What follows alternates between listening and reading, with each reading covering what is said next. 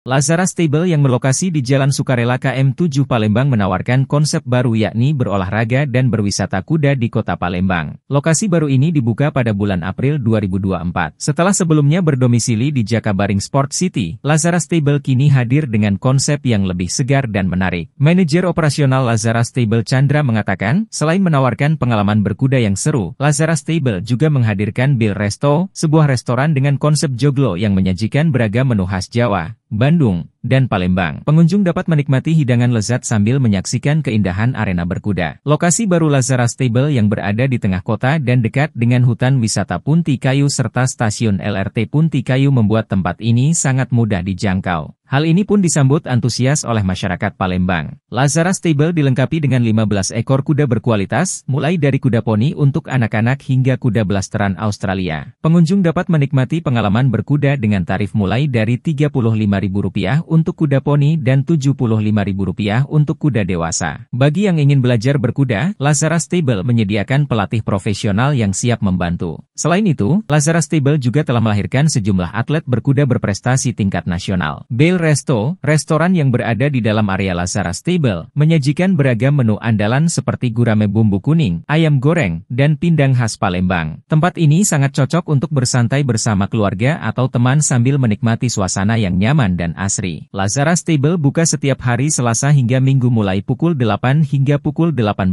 waktu Indonesia Barat. Sedangkan Bill Resto buka setiap hari mulai pukul 10 waktu Indonesia Barat.